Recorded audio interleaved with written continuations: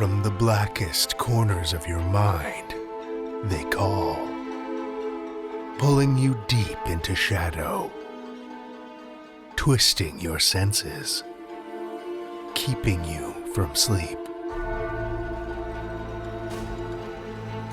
It's time to face your darkest fears. This is Tales to Terrify.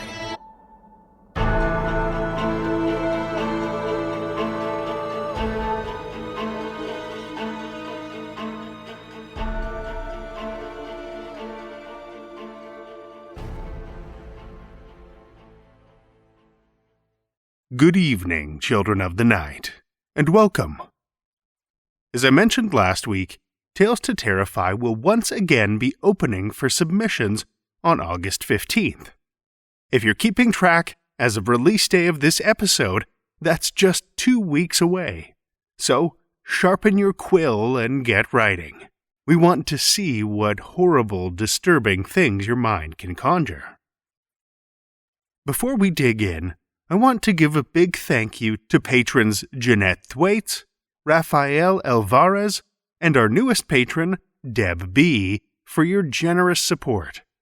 Your kindness helps to nourish the twisted and tormented souls of your fellow children of the night. And I, for one, couldn't be more grateful.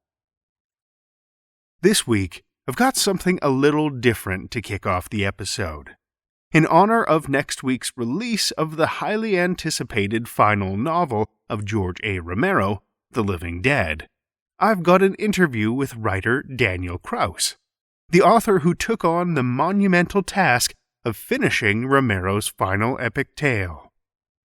I originally spoke with Daniel way back at the beginning of the year, before the chaos of pandemic descended onto the world and resulted in the book's release being delayed.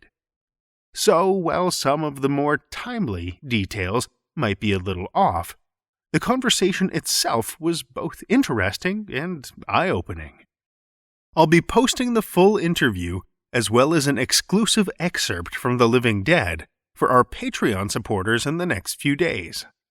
But here's a taste of our discussion that sheds some intriguing light on the work itself, and a behind-the-scenes look at Daniel's process to get there.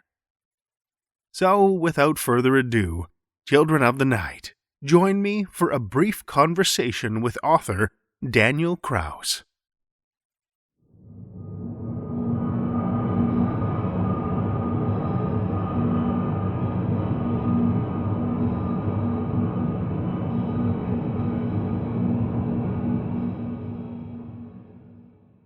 I guess to start off with, why horror?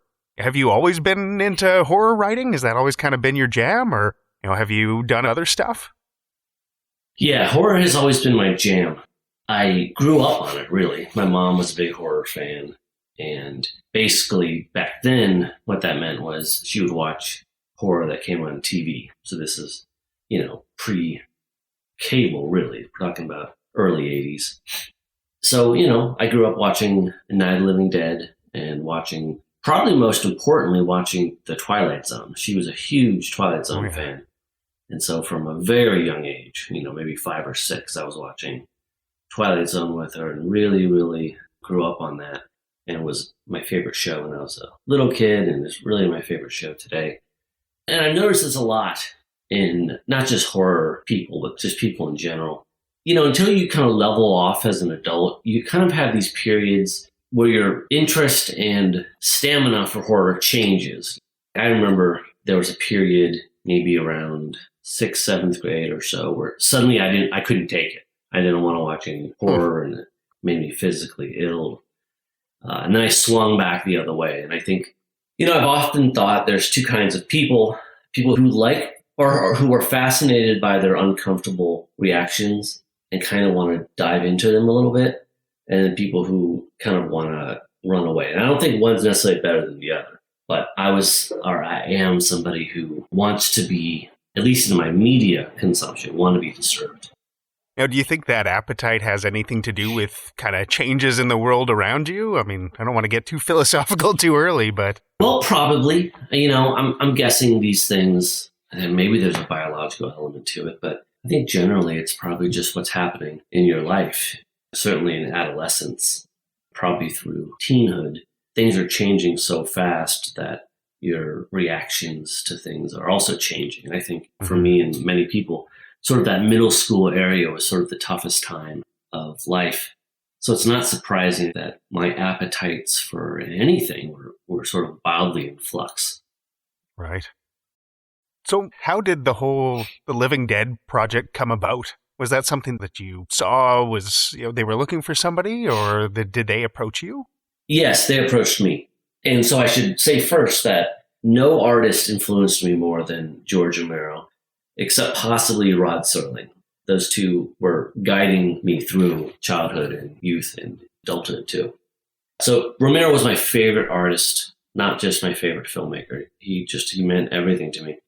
I grew up with his movies. His movies taught me how to really look at art and consume art and analyze art. By the time I was a teenager, I'd probably seen Night of the Living Dead dozens of times. So to be involved in this project is mind-blowing still. After George died, very shortly after he died, his wife and manager were looking through some of his stuff and trying to figure out what to do with various projects that he hadn't completed. And he had this zombie epic that he had been working on for a while and had written a fair amount of, but it was epic in size, so there's still a lot of it that wasn't written too.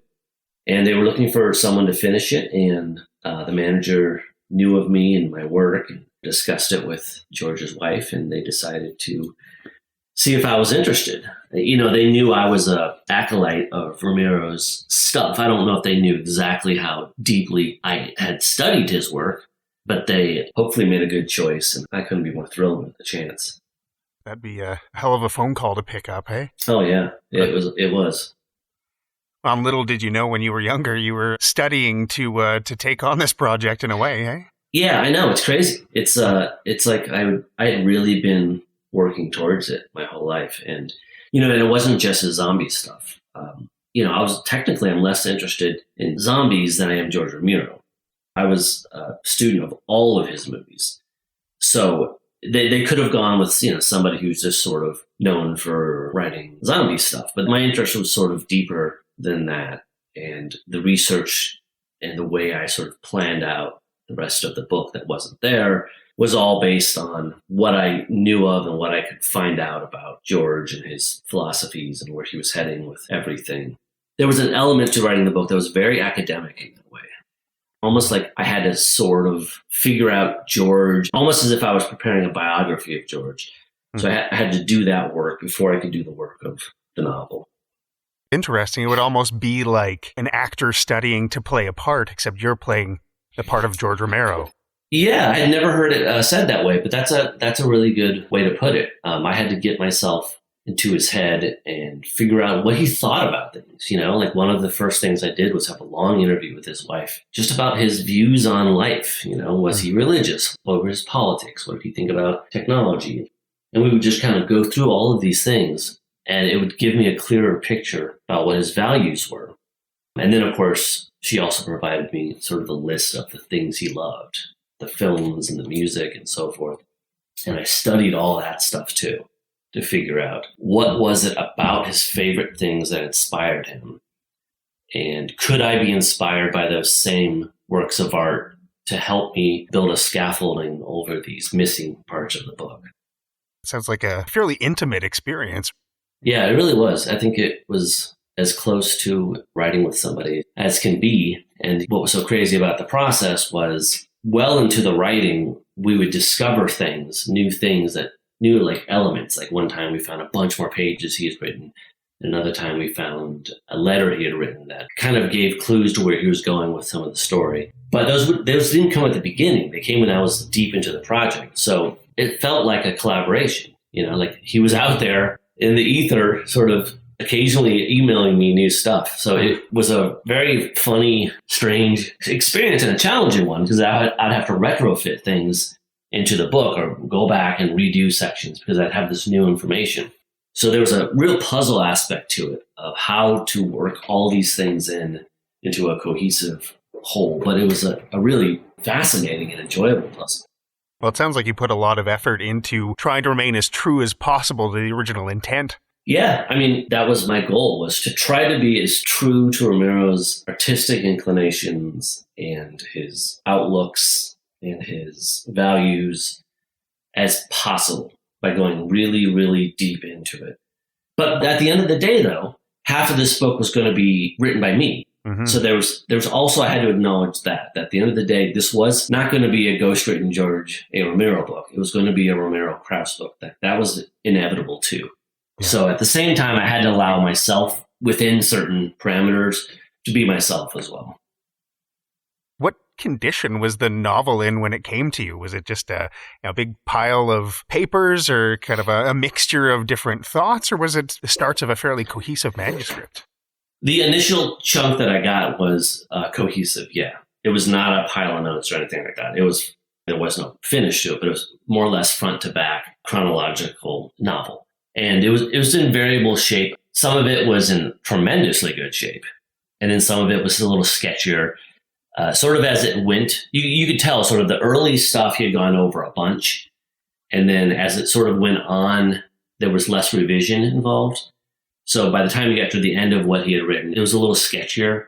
Like you could tell that it was stuff he was going to kind of fill in and texturize later. But overall, it was in pretty good shape. And then as we found more stuff that would be worked into the book, that stuff was in even better shape in some ways. But it was like further on in the story. So there were gaps to deal with and stuff like that.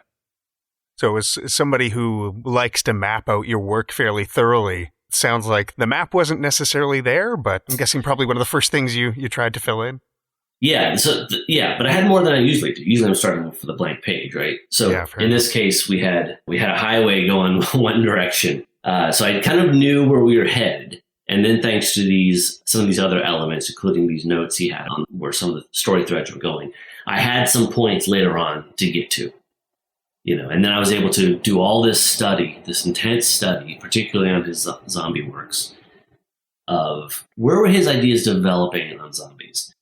It's interesting. One of the very first things I had to do, and you're right, as a planner and an outliner, this was catnip to me. But one of the first things I had to do, for example, was figure out the chronology of the films, which is not what you think it is. So the films come out. There's 6 zombie films. If you pay really close attention to what people say in the films, or in some cases you have to listen to George on the commentary track, and in at least one case you have to read the screenplay because they make something clear that the film doesn't. But you start to realize that the order of the films, chronologically, is night, diary, survival, dawn, land, and day. So once you have this sort of true timeline figured out, then you can start to look for a pattern. You can start to see, all right, where did he start with this idea? Where was he heading with this idea? And once we know points 1 through 6, what were 7, 8, and 9? What does it become logical that 7, 8, and 9 would be? So it became this sort of an exercise of using the past to figure out the future. Obviously, Romero's had a very large following, a fairly recognizable name. There's a lot of weight that goes along with that in terms of fan expectations. How does that feel to know that that's probably something you have to manage at some point too? I mean, you have to be writing for yourself. Like you said, half of this book is yours as well. Yeah. I mean, I don't know how it's gonna pan out. Early reaction is very positive. And I think it's important that at the end of the book is this long author's note that really details how it was all done. So I wanted to be sort of transparent and upfront about how I did it and why I did it. There are certain things in here that people may say, oh, that doesn't sound like something Romero would do. The author's note is where I make my case of, yes, it was something he wanted to do. Either explicitly, it was something in his notes, or by studying A, B, and C, I made a very logical jump that D was this or that. I think people who want just a gory zombie fest, and there, of course, are fans of his who are in it, but that stuff, that's not what this is. It was very clear in his manuscript that he was very interested in the characters. It's the same way, really, if you pay attention to his zombie movies. The zombies have always been just a catalyst for him. It could have been anything. For him, it happened to be zombies. He really is interested in the characters as the good guys and the bad guys. And the zombies aren't either. They're just something that's bringing out the good and bad in everyone. Right. What all do you have in the works right now? I guess obviously The Living Dead is kind of a big one coming up for you here. Yeah, this year I have 4 things coming out, so it's a busy year. There's Ben Heavens, which just came out. It's kind of like E.T. if the kids decided to torture E.T., which sounds funny, but it's definitely in the book not funny. It's sort of about, torture and where the rubber hits the road when it comes to morality and can you do bad things to good ends. So that's out now. That just came out. The Living Dead comes out in June. And then in September, I have something new for me. The first book in a trilogy for middle grade readers. So this is younger, sort of elementary and maybe early middle school readers. So I've never really done that. And that's called They Threw Us Away. But the series is called The Teddy Saga. So it's about teddy bears. So if you can imagine me writing a book about teddy bears, it's kind of what you might imagine in that sense. It's a very, very dark and disturbing teddy bear story. Not just cute, cuddly teddy bears. No, I mean, they're cute and cuddly, but what happens to them is certainly not cute and cuddly. I think that's it for the questions that I have. Was there anything else you wanted to add? So if you go to danielkraus.com, that's Kraus, you can find my various social media. Maybe most importantly, you can sign up to my newsletter because that's where I put most of this significant stuff. By following me at various places, you'll be kind of kept up to date with various events. There's a book tour coming that has some surprises in it. So there'll be some interesting information about that coming out at some point here. That was my conversation with Daniel Kraus, which took place back at the end of January. As I mentioned, if you'd like to hear the full interview with Daniel and an exclusive excerpt from The Living Dead, the last work from the father of the modern zombie, George A. Romero, it'll be posted for Patreon supporters in the coming days. If you'd like to get your hands on the book, it's available at bookstores and in ebook as of August 4th. Now, how about we get to some stories of our own? Our first story for the evening comes from Chris Cole. Chris Cole is a writer and comic letterer with the greater Kansas City area. He is the Assistant Director of Entertainment for the Kansas City Renaissance Festival and has co-produced their annual Phantom's Feast since 2018. Children of the Night, join me for Chris Cole's The Ablution Feast, a Tales to Terrify original.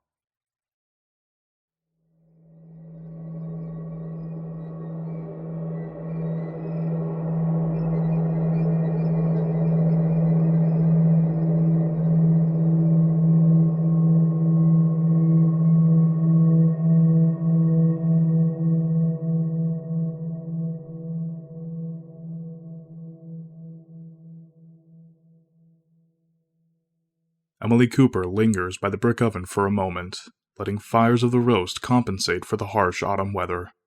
She had hoped the New World would be warmer than Sussex, but the Massachusetts Colony Falls were as unforgiving as the English winters. Resuming her task, she carries a tray of corn to the dining room, placing it by her child at the head of the table. It was the traditional place of honor in these feasts, and thankfully away from inconsiderate peers. Her stomach knots as she passes the cabinet holding her husband's rifles. She wonders which he'll use tomorrow. "Philip?" Emily asks the boy. "How are you feeling?" Philip barely hears through his head bindings. The boy sits alone, his only communication an occasional whimper and wince. Emily and her husband wrapped his entire body in whatever cloth they could find. Blankets and towels were tied around his head and mouth when his face began to contort. A subdued rumble of distractionary prattle fills the room as guests wait to be seated, the volume only spiking when another child becomes too unruly. Reverend Fletcher stands against the wall, noting every attendee, a constant scowl across his face. The minister was not a jovial man, but Emily couldn't remember if he had been this cold at every ablution. The room noise drowns out Philip's muffled moans, but Emily hears them as she places the dish. Philip? She asks again. The moist eyes of a frightened child glow yellow as Philip looks up at his mother. He turns away, letting out another strained moan. Emily places a gentle hand on his shoulder as he curls over, the growths on his spine again. They'll stop hurting when the rest of the back scales over. The change happens slowly at first, with rough patches of mildly discolored skin. These are often mistaken as scabs or bruising, even with their greenish hue. When his hair began thinning, Emily feared the worst. The slits appeared on his neck shortly after, 3 down both sides. Then the changes became rapid. His teeth sharpened, his bones stretched. Within the month, the Coopers would see every telltale sign of the curse. As far as anyone in the Bay Colony was aware, Philip was the youngest person to be afflicted. "Emily!" a voice shouts from the back. "Can you open the door, please?" Coming, Barnabas, she replies, recognizing the voice of her husband. She opens the door as Barnabas carries in a box of clanging bottles he picked up from the brewers that afternoon. "I wasn't sure if we'd have enough for the guests tonight," he explains. "The only alternative would be water, and there's certainly no chance I would give that to children." He shuffles the basket into the kitchen, removing the bottles as Emily closes the door. Another clang rings with each ale unpacked. "You never said how much it cost," Emily mutters. The clanging stops. "It was complimentary, after I explained it was for an ablution feast. An ablution feast for a child." Emily stands idly for a moment before turning to check on the roast. It seems to be cooking slower than usual. "Yes, he's only a child." "He's a child of God, Emily!" Barnabas shouts before forcing his voice into an inside tone. "And he's being taken away from us by the devil himself. Same as the others. He'll turn and he'll head for the bay, like they all do, and good that it's close, because anything between him and those waters will meet an ungodly end. Anything that does not kill him first. You've seen the animals mangled, you know the friends we've lost. That is not a fate I wish upon our son." Emily has seen this look in her husband's eyes before. His eyelids blink quickly, his lips quiver as he swallows his own saliva. Just like the day Philip discovered the slits in his neck. It was the first time either Philip or Emily had ever seen a man weep. "What happens after?" she asks. "After dinner we retire for the evening. At dawn I will take Philip hillside so he may see one last sunrise before I do what is necessary. Reverend Fletcher will oversee the funeral arrangements and bless the house after the deed is done." A heavy knock pierces the idle chatter inside the home. Barnabas takes a moment to straighten his back, regaining his composure. A host without proper posture insults his guests. He excuses himself to the door. William Chapman had arrived from Newtown with his family. Barnabas offers to help hitch their cart. Emily picks up a basket of squash to place on the table. Upon setting the basket, she meets the stare of Reverend Fletcher. The Reverend hasn't moved. He's holding his spot in the corner, quietly examining each of the guests. His face stone. His Sunday sermons were furious and animated, making his silences all the more unnerving. With the curse over the colony, his passions have become focused. He didn't think much of the ablution feasts, but he understood their purpose. Bless the accursed and allow the family their goodbyes. A distraction with purpose, but still in his eyes, a distraction. Will you be staying long, Reverend?" she asks, her voice weak. "Long enough to bless the meal," he responds. "I only wish to ensure the boy's soul. I have no desire to linger in the presence of evil." His words insulted Emily, but there was no point fighting it. Reverend Fletcher preached from a powerful pulpit.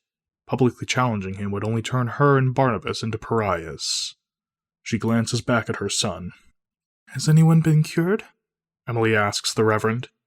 "This isn't a fever, Goodwife Cooper," Reverend snaps back. "Wickedness has infected your child. It poisons his body, but it cannot take his soul." "But can't we absolve him?" Emily replies, forcing her voice into a whisper. "Can't my son see adulthood?" "You are facing genuine evil, Goodwife Cooper, and weakness will only encourage the adversary." There has to be some way. There is God's way and no other, as in all things. The minister's harsh dismissal leaves Emily stunned as she slinks back to the kitchen, stopping as the front door opens. Barnabas and William walk in, sharing idle conversation. She looks to Philip one more time as he stares blankly into the table, completely uninterested in the food that takes up most of its space. The roast should be done by now, but Emily figures it can wait. Philip, She mutters to her son. I think you should wash up for dinner now. Philip turns his rapt head to his mother. She nods towards the front door, softly patting him on the back. He follows her direction. Did I ever tell you about England? Emily tells Philip as they walk out the door. We lived on a dairy in East Sussex. I used to ride into town with your grandfather on market days. Talkative man your grandfather was. Always with some piece of knowledge he wanted to impart upon the next generation. Not that it was all platitudes. There were plenty of practical lessons in these rides. I suppose it's no surprise the first was horse driving. The knot hitching Chapman's cart falls apart before Philip realizes his mother pulled it. He watches Emily as she pulls herself onto the seat, waving him on as she settles. With only a single glance behind him, he climbs beside her. Do you know the way to the harbor? She asks. Philip instinctually points a single webbed finger east. As Emily tugs the reins, realizing she'll be the topic of Reverend Fletcher's sermon this Sunday. A shame she won't be there to hear it.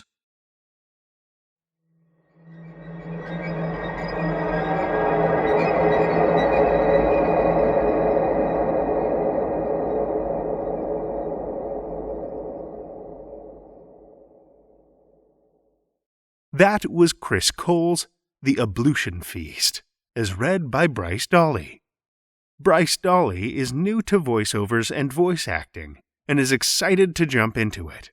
If you'd like him to record anything for you, he can be found at fiverr.com/awkwardmammal.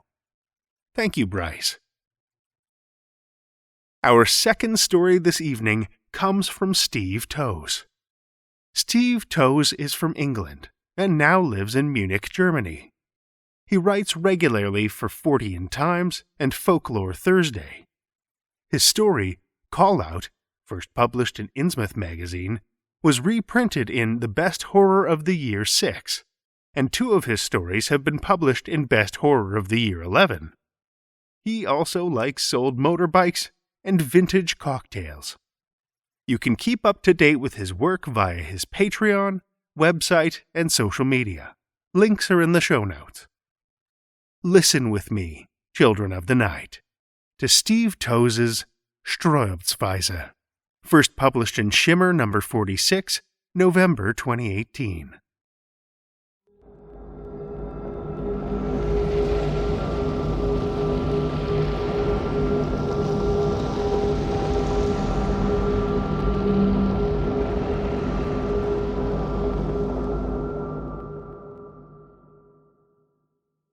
Kate's been out on the roof again.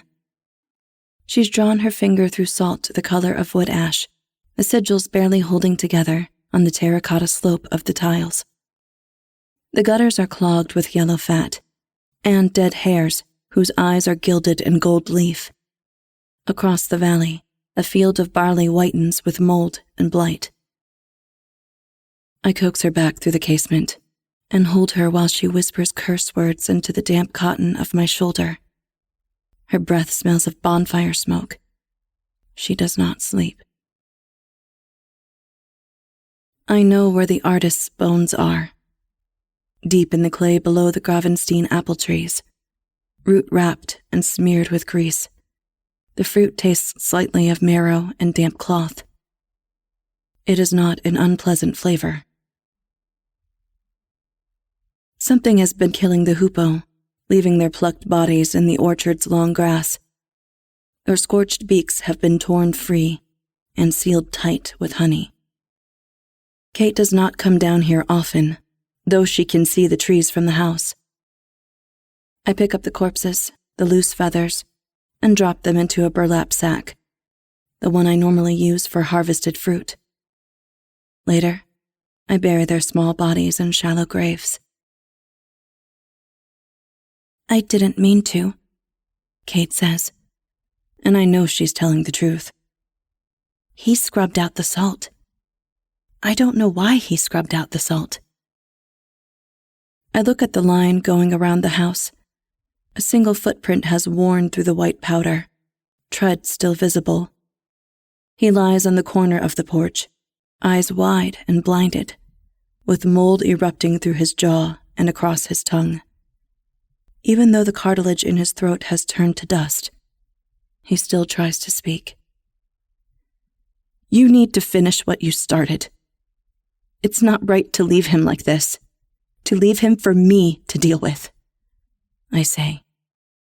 But even as I finish speaking, I know she can't. She never can. We keep 2 large apple presses behind the house. I use the second one, and later burn his uniform down at the far end of the orchard. The wind will carry the char of smoke down the valley, away from us and the town. Kate sits, her back against the pollard's bark while she knits. I watch bees flit from blossom to blossom. The day is calm and bright, her needles clattering against each other. I'm glad she's come down amongst the trees. The air is full of the scent of fresh grass, crushed by our footsteps. I force the scions into the cleft cut in the rootstock, take out the chisel, and seal the graft with wax from a single red candle. Afterwards, I'm not sure how she distracted me to get at the tree, but she managed to. The glyphs are small and precise, carved with the tip of her knitting needles. I know she has good intentions. She sees the gaps in the world and needs to close them. I'm grateful. How can I not be? But I wish she would tell me. Speak to me. I dig up the tree and the surrounding soil. There are still unburnt scraps of uniform on the warm embers. I push them deep into the flames as the dirt-covered roots start to smolder. We are low on food, so I take some of last year's crop to the village to sell. Had a bonfire? Carmen in the grocer's asks. I know what she wants to know. I stay silent. I've hidden most of the scrying ingredients in the house, but Kate is inventive, instinctive. I can feel her watching even when she isn't. Burning old scrub, I say, putting the basket on the counter. There will be extra cash, too, but I will stash that away for the winter. We've seen the hut again, Rachel. Going between the trees, Bill says. He stands by the window and does not turn as he speaks to me. I have not seen the hunting lodge appear, but it does not surprise me. I notice the clattering first. Hundreds of barbed fish hooks fall from the sky onto the road outside. This is not Fortean, but a threat. I step outside, and the downfall pauses long enough for me to get to the car, before intensifying once again to trap Carmen and Bill inside the store. I see their faces pressed against the lettered glass. The sky glitters. Kate has done it for me, setting the clouds on fire and letting them fall like forgotten fireworks. This won't last, you know, she says, slipping her arms around my waist. We just need to make the best of it. The streamers of light twitch as they hit mist rising from the river. Already fading, I say, and she sighs, unhooking her fingers and walking away. I arrive back from the orchard and cannot get into the house. The porch is covered in wax bees, their wings fluttering against the rotting wood. The day is warm, and the wax soon melts. The insects inside fall to the ground, suffocated. I try not to step on them, but there are too many, and they rasp as I make my way inside, The hives will be empty now, and many of the trees will not fruit. The artist only ever gave Kate one piece of art, an old installation never taken by a gallery. She keeps it in the cellar, no other room big enough to display it. On the day he delivered it, he pulled up the lane in a battered white van. With our help, he dragged out the hospital gurney, ants and beetles already suffocating in the thick smear of honey across the metal. After he left, Kate would eat the sweetened insects, dedicating each death to a goddess whose name only she knew. In the morning, I scour the riverbank, collecting torn shrapnel from a plane's fuselage. The registration number is scorched beyond reading. There is no one to tell. I take Kate by the hand and she leads me down to the orchard, though I am the one who asked if we could go. Paperweights of dew slide from the grass, glisten on the skin of her bare feet, and for a moment I am transfixed. We reach the orchard, and it is worse. Even Kate gasps. The elm trees are no longer seedlings, the granite branches resting on the crowns of the apple trees, crushing their belepsch and vier rouge to pulp. There are 2,000, she says, reaches up and plucks a leaf, lets it fall. Silica in the rock glistens like dying stars. There need to be 0. They are killing the apple trees. I do not ask where the stone has come from, whether she grifted it from some family quarry in a nearby village, or it erupted and cooled from a volcano far through the earth. I think I can smell bone in the rock. I do not ask. Someone has been to the house. Aftershave lingers around the porch, a light reek of citrus and alcohol. I let my hand rest on the door handle, peering through the frosted glass for any bundles in the hallway that do not look like they belong. Kate is sitting on the stairs. The visitors went away, she says. Her knuckles are red raw where she's torn skin to lace. I nod. It was lucky they did. I know what she was planning to do. I'm glad she didn't feel she had to. She has found the artist's cap and is wearing it, long hair bunched up inside. Sat in the dark. The room is heavy with the reek of sweat-stained wool and all his lies. When he was alive, he never took it off. The thing with lies is they have power. He knew that, and wore them like ribbons. Kate uses them to create other things. These falsehoods smell of mildew. I glance at her arm in the little light coming from the window. She is sprouting jackal fur in the crook of her elbow. I reach into my pocket for the tweezers, ready to pluck it out hair by hair, root by blood-stained root. It's the only way, or it will spread, and she will be his by morning. Later that night, I take the hat down to the meadow and try to burn it to ash. The flames dance across the weave. I wedge it into the crook of a pear tree. I know it will be back in the attic by morning. They're not taking our apples in town anymore. They say that the crop is tainted. Kate wants to come to the town to support me. I can't let her. The way they'll react to her. The way she'll react to them.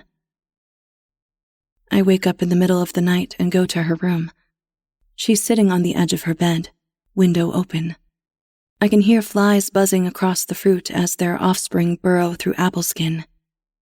The scent is sweet and warm and collapsing. I walk across to shut the window, and she says nothing. You need to stop, I say. What will happen, will happen, she replies. Her face is turned toward the floor, shadowed and hidden. I cannot tell her reaction. There is a scent of burning willow and pine. Sap bubbles out of her fingertips and drips to the floor. I tell Kate that after enough blossoms have fallen in the meadow, the artist will find his own way back through the soil to knock on the door. She asks about all the wasps that drink themselves to death on apple rot cider, slipping between worm casings and mole burrows. I do not have an answer for her that is not a lie, so instead I tell her a truth. Wasps never stay under the earth for long, dead or not, before they steal skeletal leaves for wings and return. We drove into the town. It's the first time Kate has left home in 5 years. She sits in the back, the window closed even though the day is one of the hottest of the year. I can smell myself on the recycled air inside the car. I turn us down the main street. People are sitting under parasols, drinking ice-crowded drinks and eating chemical-flavored ice cream. They're staring, Kate says, shrinking down in her seat. They're not, I lie. It's far too warm to pay attention to anyone else. But she does not believe me. My lies are brittle children, and they do not live long around her. The beetles are small and black and crawl out from inside the doors, up over the car's windows, scratching the glass with their feet. Soon they obscure the view outside, the temperature inside climbing as the sunlight bakes their carapaces. I put on the wipers to clear the windscreen, but there are too many, and they smear as they are crushed. I slow down. I can hear them crawling along the petrol pipes, drowning in the fuel and filling the tank. Their dying bodies clog the air vents, sealing us from the world. I could explain that this spectacle of death is draping us in attention, that people who had not noticed our progress through the town center are now leaving their houses to watch, to stare. I do not. Cars are not the only things that can be suffocated with dying insects. We abandon it beside the road and walk home through the orchard. We need to make the circle bigger, she says. I am too distracted by looking after the fruit to pay any attention, to give her any attention. The salt crosses the track up to the house, crystals fresh. Along the ditch are 2 rows of salt pans, evaporating in the sun, stone tacky with clots. There are 2 people on the back porch. She has slit their throats with sharpened oak leaves, wrapped them in blankets that do not cover their injuries. Through the fabric I see bones like larch poles snapped and splintered. The last of their blood, the little she did not harvest for crystals, has seeped across the floor. Flies from the rotten apples sip their fill. What was I supposed to do? She says. I take her arm and lead her back in. Her hands are stained with yellow pollen. I do not know which flower it comes from, but I wash it down the sink. It was very quick, she says as I scrub her hands with the nail brush. She winces as the bristles catch her knuckle scabs. I say nothing. I did not want to leave her for the night, but accountants don't come where we live. Carmen and the others must have seen my car go, took their chance to try and stop Kate. They did not succeed. From a distance, it looks like the visitors got together to help manage the orchard, but Carmen and the others aren't pruning the tree. Accelerated branch growth has woven its way through their veins, splitting their muscles from their bones. Their teeth will be the fruit, harvested in autumn. I find Kate amongst the windfall, arms around her knees. We need to make the circle bigger. All the way around the fields, she says. But I know that no salt circle will ever be big enough to keep the world out. Maybe we're two faces of the same monster, me and her. I hold her close and ignore the sound of shattering jaws from the canopy above. I lace my fingers through hers and lead her back to the house. Kate has covered all the furniture in calico, thick and muffled. Mice tug the fibers loose and hoard them behind wooden slats in the walls. I stand in the middle of the room and look around at the chairs, the sofa, the cupboards, the piano. She brushes past me and sits down on the stool. Her hair is curled with honey that drips down the back of her dress. I try not to gag at the sweetness. She rests her hands on the covered keys, and underneath, hammers strike taut, muffled strings. When he made the original one, he meant it to be silent. I've barely finished speaking before I know I've made a mistake. She stands and walks over, placing each foot with grace. Running a finger through her hair, she coats my lips with honey. The sugar turns to skin, and I have no mouth. She returns to the piano stool and continues to play. Later that night, she wakes me and runs a fingernail across my face. The mouth is not mine. Her memory is not that precise, but I am glad to be able to speak. I'm sorry, she says, and I want to answer. But even with my speech returned, I cannot bring myself to reassure her. Wilted blossoms fall around us as we stand in the middle of the orchard. They're dying, I say, and she nods. The trees can only take so much grief, absorb so much death before their roots wither in the ground. I can make them come back, she says. And I appreciate her offer, because it is truly given and comes from sadness, which is her most powerful ingredient. But I shake my head. Even if they do, there are no bees, I say. And before she offers to fix them too, I hug her, and we sag against each other like two trees planted too close. There are routes she does not know, routes I have masked from her with honeysuckle and knots of uncarded wool buried in old lemonade bottles, the necks sealed with glass marbles and apple pips. I buried them long ago, pressing them down into the dirt of the path, below stiles and between hawthorn trees. The fog of them gets lost in the fog of her thoughts. The basket is heavy and split willow rods rub away the skin of my forearms. Kate is having a good day. I can come and help, Rachel, she says. She never uses my name. There are only two of us. It sounds crystallized on her tongue. I'm fine, I say. I'll be back for dinner. I have my lunch in here. She smiles, and I do not notice at the time how brittle it is. I should not have drawn her attention to the basket.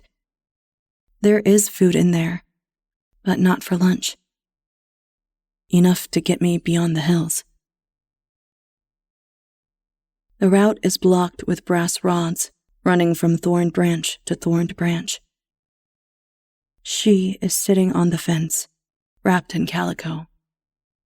The trees reach out and entangle me before I can move. Blood beads along my arms and hardens to ladybirds that scratch far more than the thorns. I couldn't carry on, I say. She nods and strokes my arm between the wounds to give me ease. I know, and I'm sorry. I wake up in the fruit cellar, lying on a metal gurney. It is dented beneath my spine, and I cannot get comfortable. Across the room she has arranged the artist's bones, a pile of wet soil on the concrete where she has sifted for his fingertips. Without moving, she drags the gurney toward her. The hair is nestled in her lap, blank-eyed, gold leaf crumpled against its lashes. I won't be him, you know, I say. I know, she says, smiling. I will have the best of both of you. This is a lie she speaks, with the full knowledge of its nature. His skeleton doesn't quite fit in my skin. Splinters of bone embroider my muscles, which are too short to stretch across the new femurs. My own are a fine powder coating my diaphragm and lungs. Already infections are spreading from the clay she did not clean, from the time-pitted surface of his spine. Vertebrae are in the wrong place. I do not know if this is intentional or carelessness. There is pain, but I cannot scream. She has stitched my mouth shut to stop my face slipping from his skull. She has kept my hands free to make the new artworks he never finished. The finger bones are too long for me to hold the tools she has prepared. Soon, she will strip me back to her artist's bones, and I will be little more than fat, clogging the drains.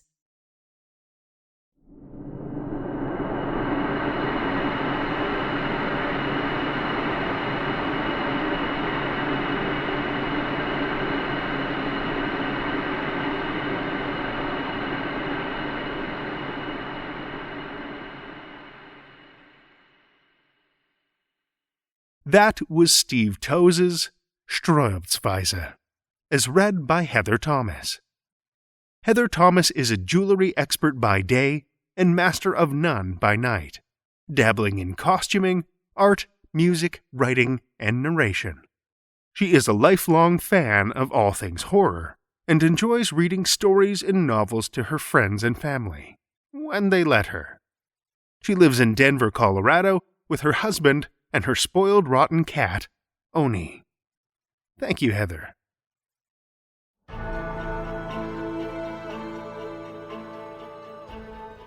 Well, children of the night, the hour is late, and we've run out of tales to tell.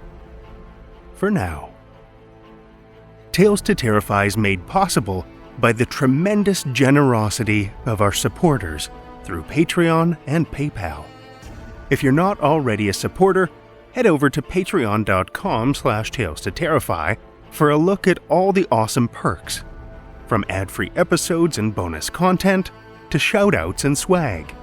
Every dollar helps, and we appreciate it so much.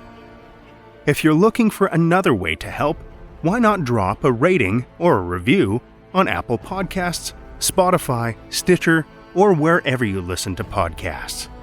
Ratings and reviews are an easy way to show your appreciation and help us spread the darkness. Tales to Terrify is produced by Seth Williams, Pete Morcellino, Meredith Morgenstern, Julia Zellman, and myself, Drew Sebastini, with original theme by Nebulous Entertainment.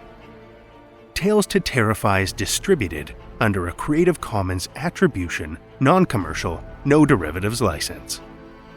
Join us again next week as we disturb the grave with more Tales to Terrify.